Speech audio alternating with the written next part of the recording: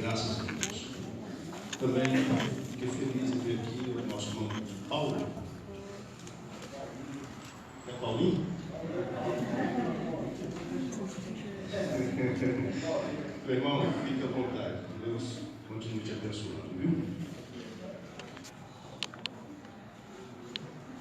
Daniel capítulo 1, versículo 8. Eu vou ler apenas esse versículo, mas quero pedir aos irmãos que deixem as suas Bíblias abertas aí, para nós meditarmos nesse texto. Também quero esclarecer, principalmente aos jovens que aqui estão, porque no domingo passado foi o culto com os varões. De missões, culto de missões, verdade. Culto de missões. E nesse dia eu ministrei, mas é porque naquele dia não tinha pregador convidado, não é isso? E hoje é que o nosso companheiro que estava convidado para ministrar não pôde vir, devido ao compromisso que ele teve lá no setor e não pôde vir. Mas os irmãos têm liberdade para estar convidando. Os líderes sabem aqui como nós trabalhamos.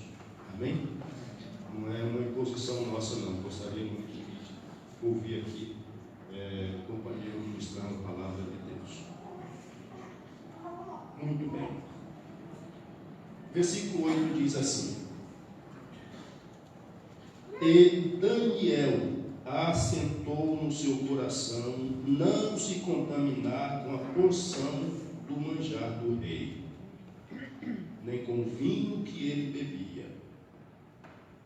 Portanto, pediu ao chefe dos eunucos que lhes concedesse não se contaminar.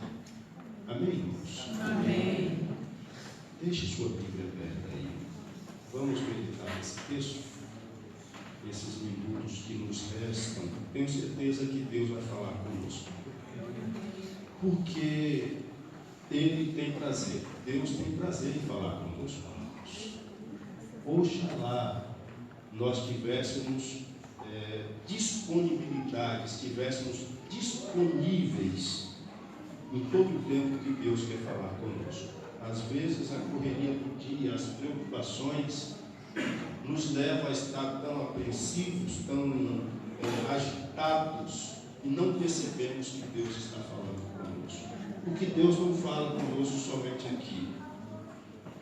Deus fala conosco onde quer que nós estivermos, de várias maneiras. Nós só precisamos estar atentos para ouvir a sua voz. Graças a Deus. Meus irmãos, para esse texto aqui, nós vamos colocar uma frase, e eu gostaria que todos a repetissem conosco. A frase é assim: aquele que colocou a sua luz em nós quer ver a sua luz iluminando através de nós. Aquele que colocou a sua luz em nós quer ver a sua luz iluminando através de nós. Vamos lá, 1, 2, 3. Aquele que colocou a sua luz em nós quer ver a sua luz iluminando através de nós. Esse povo é bom. O povo ligeiro, fácil. Aquele que colocou a sua luz em nós quer ver a sua luz iluminando através de nós. Precisamos entender um detalhe acerca da luz. A luz não existe para brilhar. Para brilhar existe o ouro, existe os metais, existe as pedras preciosas que brilham. A luz, ela é criada para iluminar, para dispersar trevas, para tornar claro. Essa é a função da luz. Então, Deus colocou a sua luz em nós, não para nos tornar astros, mas para que as pessoas, através de nós, possam ver a luz de Deus brilhando e trilhar o caminho sem atropelos, sem dificuldades. Lembre disso. Deus quer ver a luz dele brilhando em você. Amém? Mas tem as suas dificuldades, irmãos. Não é com os nossos próprios esforços, com a nossa própria capacidade, que a luz de Deus vai brilhar em nós. A luz de Deus brilha em nós quando o Espírito de Deus habita em nós, quando Ele está em nós. Ele faz a luz de Deus brilhar. Amém? Amém. Quando nós lemos o livro de Levítico, há uma ordem, que o fogo arderá continuamente sobre o altar e não se apagará. E Paulo, escrevendo aos Tessalonicenses, ele dá a mesma ordem, dizendo: não extingais o Espírito, ou seja, não apagueis o Espírito. O Espírito precisa estar aceso na minha e na sua vida. Ele precisa estar atuante, agindo, operante na minha e na sua vida. E aí a luz de Deus vai brilhar em nós, e aonde nós chegarmos se torna uma agência dos céus. Você chegou num lugar que é um inferno. Você chegou lá, se a luz de Deus está brilhando em você, aquele lugar passa a ser uma agência dos céus. Deus passa a operar ali através da sua vida. Isso aconteceu, irmãos, no ano de aproximadamente 589, 588, que nós estamos contando a idade no Antigo Testamento, e vamos daqui para lá, de Cristo para o Antigo Testamento. Quando o rei Nabucodonosor sitiou a cidade de Jerusalém. Irmãos, este rei, ele permaneceu, ele colocou um cerco em Jerusalém que durou 1 ano e 8 meses. 1 ano e 8 meses. A cidade sitiada. O que é o sítio que se fala? Eles fazem grandes valetas em volta da cidade. E aonde a porta, eles põem vigílias. Em vários turnos. Ninguém entra, ninguém sai. Ninguém entra, ninguém sai. Porque Jerusalém era uma cidade difícil de ser tomada. Os filhos de Israel, por ocasião da partilha das terras com Josué, não conseguiram tomar a cidade de Jebus, a cidade que depois se tornou cidade de Davi, Jerusalém. Porque essa cidade era uma cidade fortificadíssima. Ela está no topo da montanha. E ninguém entra lá. Quando os soldados se aproximam, quem está na cidade os enxerga de longe. É difícil entrar em Jerusalém. Mas Davi invadiu a cidade e tomou a cidade, não porque ele era bom, mas porque Deus estava com ele. Irmãos, se Deus estiver com você, não existe causa impossível, porque Ele vai na frente, derrubando as muralhas e te dando vitória, porque Ele é Deus. Davi conquistou essa cidade. E essa cidade prosperou, e Deus abençoou. Nessa cidade foi construído um templo, e Deus estava presente ali, mas o povo começou a afastar-se do Senhor. O povo começou a tomar forma do mundo, e abandonou a Deus, e foi regredindo. Quando chegou no reinado do filho de Salomão, Roboão agiu de forma má e Deus dividiu o reino. Ele ficou com 2 tribos e Jeroboão ficou com 10 tribos. Jeroboão e os reis que o sucederam foram maus, e Deus entregou a cidade de Samaria, que era o centro do reino de Israel, entregou para os assírios, que espalhou por todos os povos. E Judá continuou servindo a Deus, mas de forma desleixada. Ninguém deve servir a Deus de forma desleixada, porque é maldito aquele que faz a obra de Deus desleixadamente. Se o Senhor colocou um propósito no teu coração, na tua alma de servi-lo, faça-o com todas as tuas forças, faça-o com toda alegria, aquele que é rei dos reis, que é senhor dos senhores, faça o melhor que é para Deus.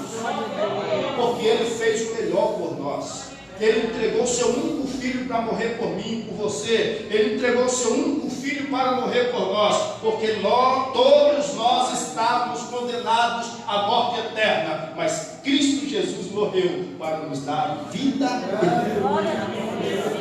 Então, para Ele é o melhor que se faz. Esse povo de Judá continuaram servindo a Deus de qualquer maneira. E teve um tal de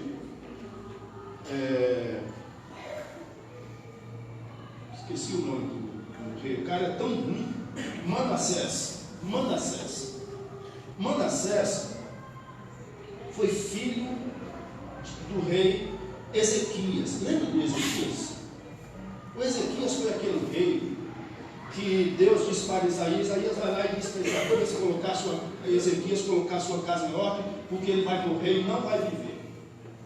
Aí Isaías foi lá e falou: olha, Ezequias, é o seguinte, Deus manda te dizer, colocar a tua casa em ordem, que você vai morrer e você não vai viver, cara, acabou. E aí ele virou para o canto da parede e chorou, e lamentou, e lembrou a Deus de tudo que ele tinha feito. Aí Deus falou para Isaías: volta lá e diz para aquele infeliz. Não, você tem a palavra minha, Deus não diz assim. Deus disse: volta lá e fala para Ezequias que eu vou dar 15 anos de vida para ele. Irmãos, essa foi a oração mais miserável que Ezequias fez. Ele deveria ter agradecido a Deus e partido em paz, ser promovido para a glória. Mas esses 15 anos, nestes 15 anos, nasceu o miserável do Manassés. E esse foi o pior rei que Israel teve. Ele fazia tudo para provocar Deus. Tudo que Deus ordenou para não fazer, Manassés ia e fazia.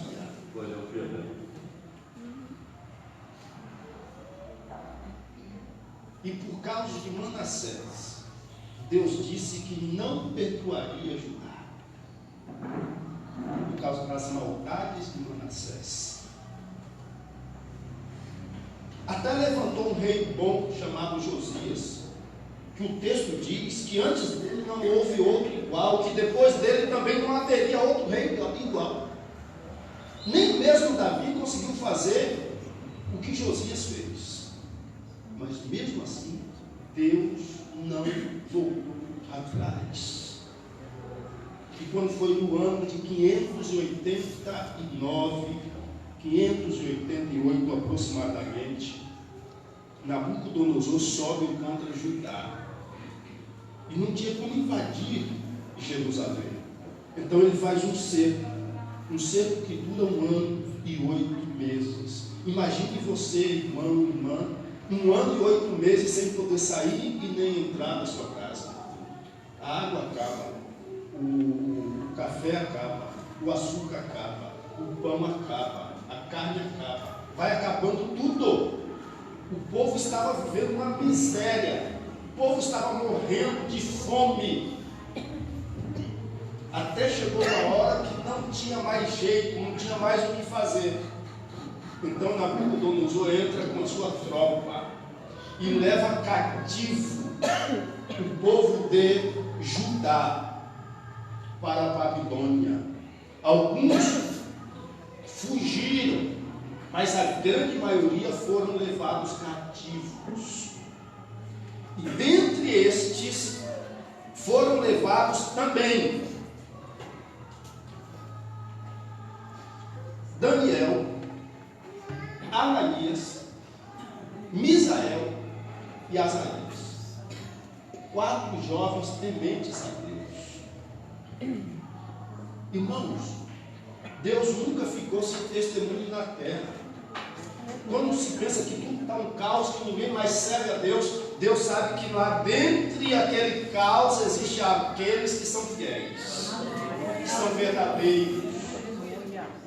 Até o profeta Elias achou que ninguém mais servia a Deus senão ele. Disse: olha, Deus, eu quero morrer, porque eu não sou melhor do que os meus pais. Todos os teus profetas foram mortos, somente eu fiquei. Deus olhou assim: não, Elias, você está enganado, meu filho. Existem ainda 7.000 joelhos que não se dobraram a Baal. Você não é o único, não. Existem pessoas dizendo que a igreja está morta. Mentira, a igreja não morre. A igreja é o corpo de Cristo. O cabeça está vivo, o corpo está vivo.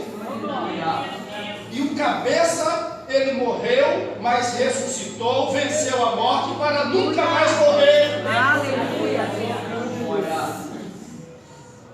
Quando o corpo só morre depois de a cabeça morrer, depois do cérebro morrer. Até uns anos atrás, 30 anos atrás, era testado o óbito de um indivíduo quando o coração parava de bater, a falência cardíaca. Mas vira e mexe, alguém estava lá no velório, aí o morto levantava e dava uns rolopinhos, gente saía correndo para todo lado, era uma confusão danada. Agora não. Agora só atesta óbito do indivíduo quando cérebro, quando dá morte cerebral. Aí não tem mais. O cérebro morreu, está morto. Não é caixão de vela preta, não tem mais jeito. Agora, enquanto o cérebro estiver vivo, o corpo está vivo. Amém? Amém? A igreja está viva, porque o nosso rei, o cabeça da igreja, vive para sempre. A igreja às vezes dorme, cochila, mas quando o Espírito brada, a igreja se desperta, se levanta e tem luz. Lembra das 10 virgens? 5 eram prudentes e 5 imprudentes. Todas elas dormiram, tosquenejaram, mas quando houve o bramido, quando houve o clamor, aí veio o esposo, todas se despertaram. Somente as que tinham azeite é que tiveram a oportunidade de cear com o noivo. Hoje não é diferente. Mas vamos voltar aqui para Daniel. Irmãos,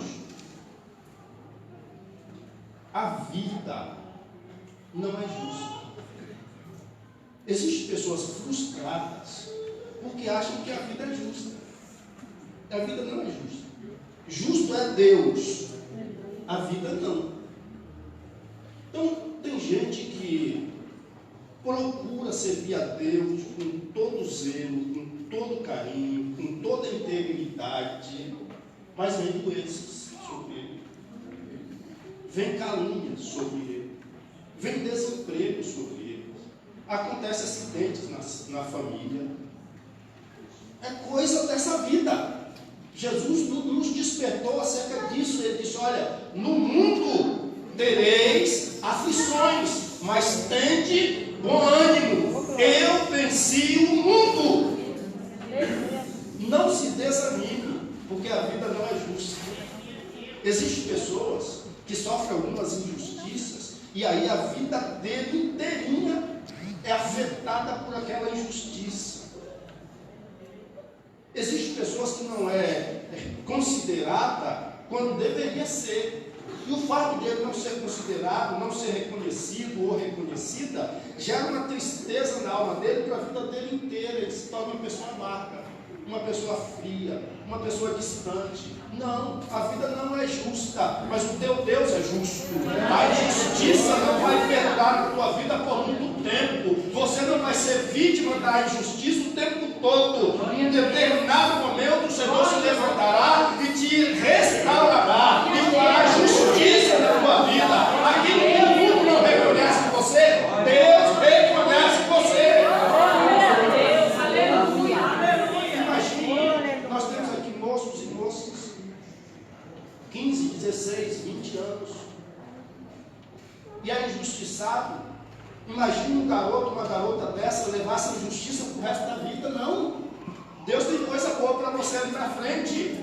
Deus tem restauração para você ali na frente. O que você perdeu aqui, isso não é uma perda para a vida inteira. Isso é momentâneo, é para gerar em você experiência, para você ser uma pessoa mais precavida. Deus vai te abençoar, Deus vai te restaurar, Deus tem promessa, Deus tem propósito na tua vida. Não desanime.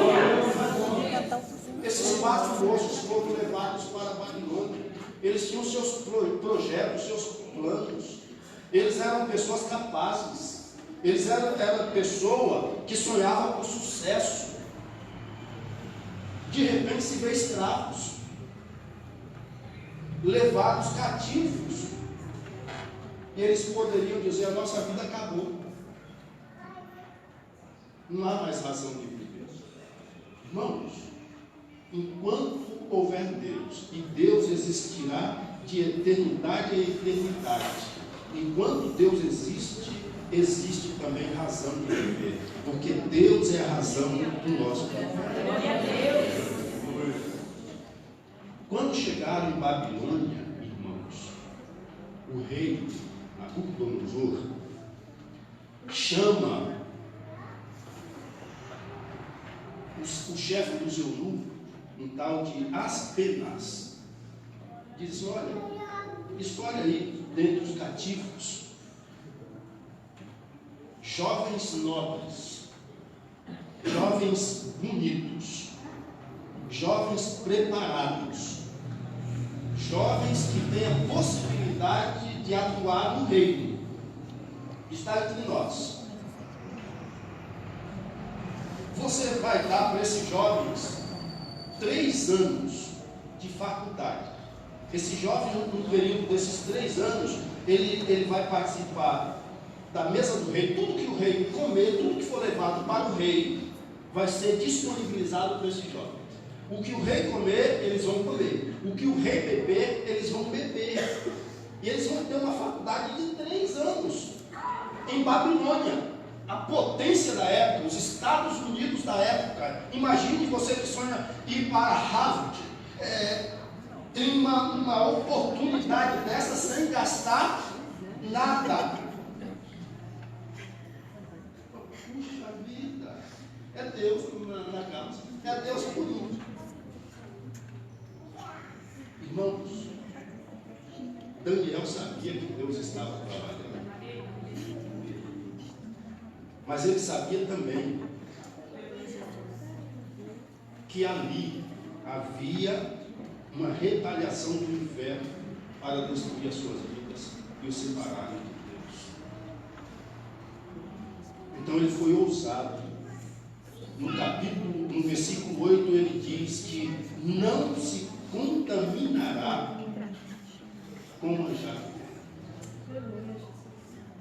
O que seria um sonho para qualquer jovem, para ele não era o sonho que ele tinha sonhado, porque o seu sonho era ter sucesso, mas segundo a Deus, porque nenhum sucesso vale a pena se ele nos separar de Deus. Moços, moças, nenhum sucesso vale a pena se esse sucesso vir te separar de Deus. Então ele vai até Aspenaz, o chefe dos eunucos, e diz: olha, permita-nos que nós nos alimentemos apenas de legumes e de água. E Aspenaz diz: não, senhor, eu não posso fazer isso, eu tenho medo do rei. Porque se eu apresentar vocês e vocês estiverem mais tristes, o seu semblante não for bonito como os demais jovens, o rei vai me arrancar a cabeça fora. Eu não posso fazer isso. Então eu disse: faz o seguinte, faz um teste, 10 dias, 10 dias, para nós comermos legumes e tomarmos água. Depois de 10 dias você faz uma avaliação. Se nós estivermos realmente mais magros, mais feios, mais tristes do que os demais, então você não está a porção do rei. Mas se nós não estivermos assim, se nós estivermos bem, então nós vamos continuar comendo legumes e bebendo água. Irmãos, tudo o manjar do rei é oferenda aos seus deuses. E tudo que é oferenda aos falsos deuses não serve para nós. Amém? Amém. Passaram-se 10 dias, Aspenaz vai ver os moços, e eles estão muito melhores do que todos os outros, porque Deus estava cuidando deles. Não importa o que o mundo pensa de você, o que importa é o que Deus pensa de você. Existe muita gente dando ouvido a vozes que não é a voz de Deus. Você vestido desse jeito é ridículo, mas como que Deus te vê? Você pensando desse jeito, isso é um atraso de vida. Tem que pensar para frente, tem que pensar em crescer. Você tem que crescer. Os meios, os fins justificam os meios, não é mentira. Os fins não justificam os meios.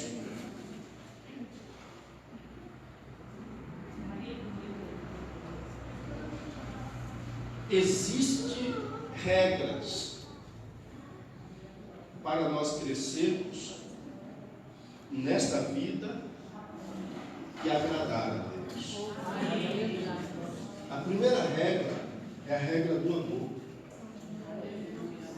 Nunca podemos pensar em crescer se alguém será prejudicado com o nosso crescimento. O nosso crescimento só alegra a Deus se ele gerar crescimento para quem está em volta de nós. Ninguém pode crescer traindo, mentindo, preterindo pessoas. Amém? Amém. Estes moços cresceram porque eles não se afastaram de Deus.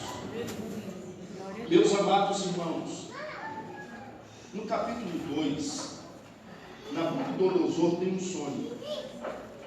Chama todos os sábios, os entendidos, os mágicos, os astrólogos, para interpretar o sonho dele. Quando essas pessoas chegam lá, diz: olha, rei, conta-nos o sonho e nós te daremos a interpretação. Ele diz: olha, deu um branco aqui. Eu sonhei, mas não sei mais o que sonhei. Passou. Eu não me lembro do sonho. E aí os sábios dizem assim: mas não tem como. O senhor precisa contar o sonho para nós interpretar. Diz: vocês estão querendo ganhar tempo. Eu vou cortar a cabeça de vocês. Se vocês não me disserem o que eu sonhei, eu vou cortar a cabeça de vocês. Ele diz: nenhum senhor, nenhum rei, nenhuma majestade exige isso dos seus servos. Ele disse: então vocês vão morrer. E ordenou que matasse todos os sábios, os entendidos, os astrólogos, os mágicos do seu império. E o povo foi primeiro quem? Daniel, Azarias, Ananias e Misael. Vocês vão morrer. Mas por quê? Porque não interpretaram o sonho do rei. Então Daniel pede uns dias e lhes é dado. Ele reúne os seus amigos e busca a Deus. E Deus lhe dá a interpretação do sonho. Irmãos, Deus é Deus, Ele cuida de você, Ele cuida de nós. Antes de você ir buscar aqui, ali, acolá, busque em Deus. Deus quer ouvir a tua voz. Deus quer ouvir a tua petição. A pior oração é aquela que não foi feita.